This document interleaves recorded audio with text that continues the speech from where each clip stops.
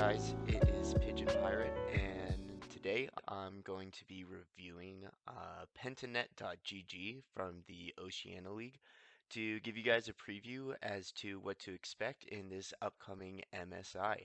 So, jumping right into it, Pentanet.gg has their top laner of Biopanther, jungler is Pabu, their mid laner is Chaz, bottom laner is Pradith, and their support is Deco, and they're coached by Coach Charlie. So, as I said, Pentanet.gg, they're coming out of the Oceania region, the Oceania region kind of fell apart a little bit and used to be named the OPL, but have recently rebranded themselves to the LCO. And Pentanet.gg, they really kind of smashed through this league. The league as a whole was really divided into two powerhouse teams, being Pentanet.gg and Peace. And the entire split, it was kind of going back and forth between which one of these two teams was going to be the most dominant one. They met each other in week number, I believe, 3, where they both had a 5-0 record going into it, in which Pentanet.gg ended up winning that game. And Pentanet.gg, they actually had a tremendous split going 13 and 1, only losing one game to a team that quite frankly they should have won, but we're trolling a little bit by picking up a Mumu in the very first pick. But despite all this, the reason that Pentanet.gg has had such a remarkably strong season was because of their mid to late game team fighting and shot calling.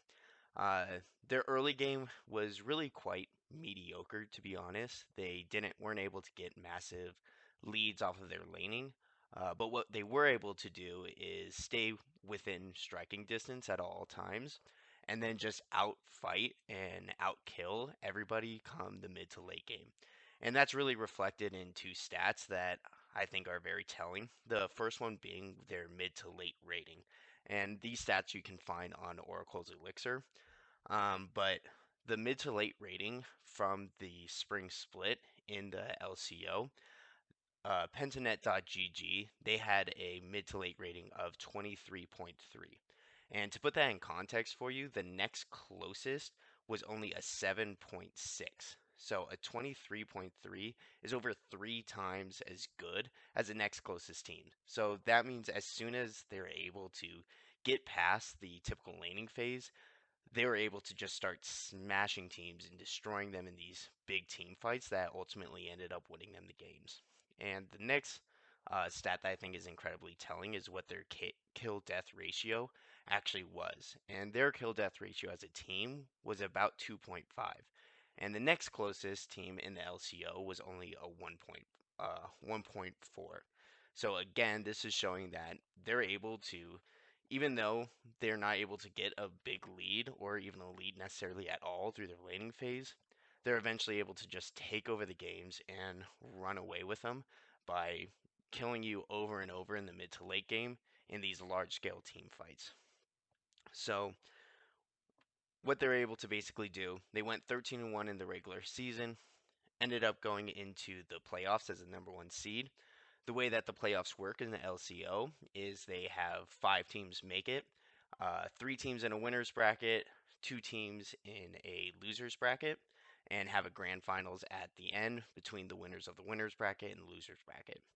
So Pentanet.gg being the number 1 seed, they're able to get a bye, so they automatically qualified towards the winner finals, in which they played their rival in Peace, and they were able to beat Peace in a 3-2 series, sending Peace to the low bracket, who worked their way up, and they rematched each other in the finals bracket, in which Pentanet.gg were able to win that series 3-1. So they were really able to consistently prove that they were the number 1 seed within the region, even though Peace were able to give them a good fight and a good run for their money.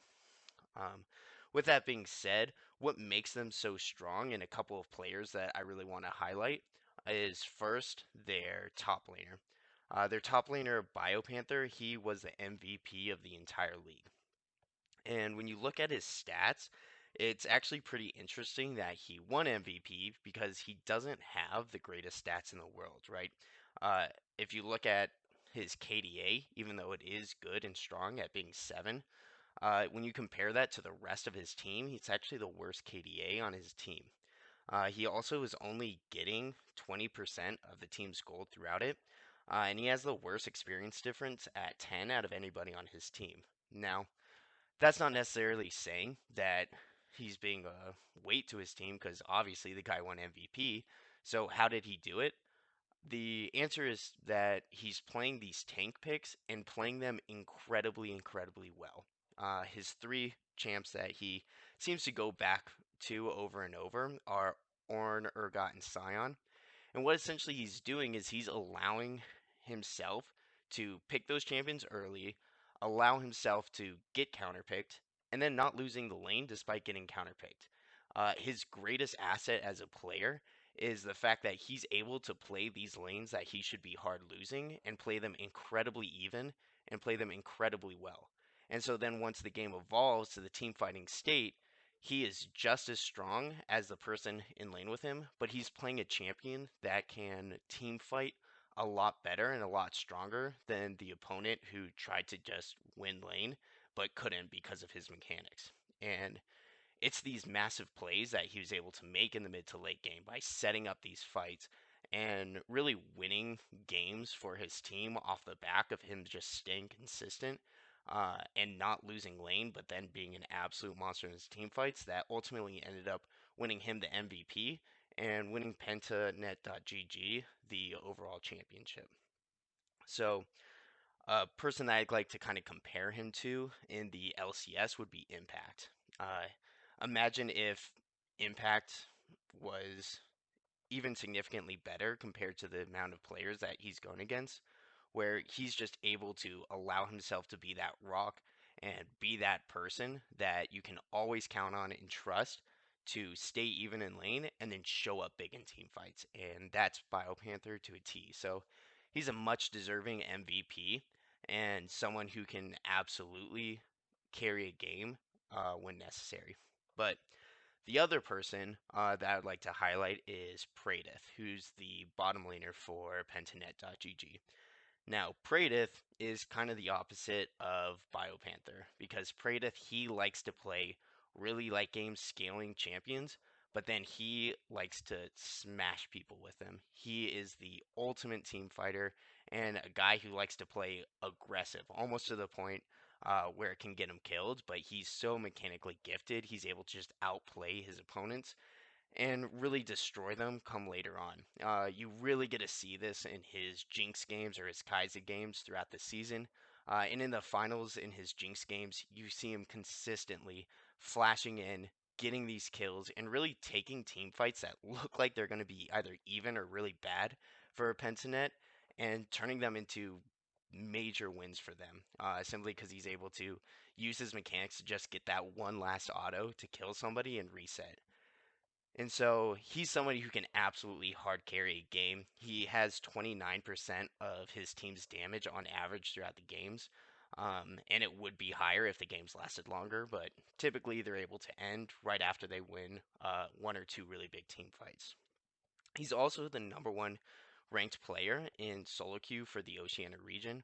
So he's obviously a very skilled and gifted player. And so he's able to carry these games when he needs to. And he does it on these champions that really like to smash come later game like Jinx, Aphelios, and Kai'Sa.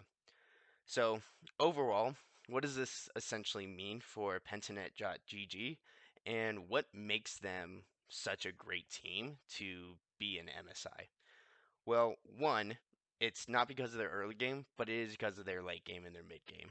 They're able to regularly get these scaling champions and play the lanes out even enough so that once they actually group and start fighting over the objectives, they're almost always able to win them. And so their coordination and ability to really just stay even allows them to scale and play the later games really, really strong. The second one is they've got a tremendous amount of confidence in BioPanther. In basically all their games, they're allowing BioPanther um, to get counterpicked against him, meaning that they feel confident that they can just put him on an island, let him do his thing, and he's always going to be okay, go even or win the lane despite the fact that he probably should be losing, and then show up big in team fights. And that is such a huge benefit when you're talking about playing against some of the best teams in the world, because if you have your confidence that your top laner or an entire half of the map essentially can be ignored and be totally fine, that allows you to put resources into people like Pradith, who you feel confident can really carry late game. Uh, and so it really opens up a lot of your ability and way you want to play the game and allocate your resources. And then the last one is, like I said, Pradith. He can carry late game really hard because of his incredibly strong mechanics and his aggressive plays. And so that mixture of both being able to survive early, allocate the resources to a hard carry like Pradith without losing anything in your top laner because of Biopanther's just complete stability and rock play, and then using his ability to create plays around the map and make these big team fights happen that Pradith can then carry, really makes them a formidable opponent and a deserving champion of the Oceania region. So, overall, how do I think they're actually going to do come this MSI? Despite everything that I'm talking about, I don't think they're going to make a big splash and probably are unlikely to win a single game in MSI. The reason for this is because the level of competition in the international level is just so much higher than it is in the LCO. So typically what we see in these international tournaments is we see more aggressive teams and more aggressive plays be really rewarded, and those who try to play the slower, more scaling type typically can be punished. And one of the things that worries me about Pentanet.gg is that they're going to be punished in that early game a lot harder than any team in the Oceania region was able to punish them. So overall, I do think they're not going to be a major contender come MSI. But with that being said, they're an incredibly deserving uh, team to have made it this far. And if all goes well and BioPanther is able to continue to just be that rock, and we can see Pradith continue to carry and really scale without getting punished, they might be able to sneak out a couple wins here. So they're going to be a lot of fun to watch. But if you disagree with me on anything, agree with me, or want to call me an idiot for missing something, please let me know in the comment section. And I really appreciate you guys giving this a watch. So stay tuned. I'm going to be doing these analysis of every single team going to the MSI. So stay tuned, and thanks for watching.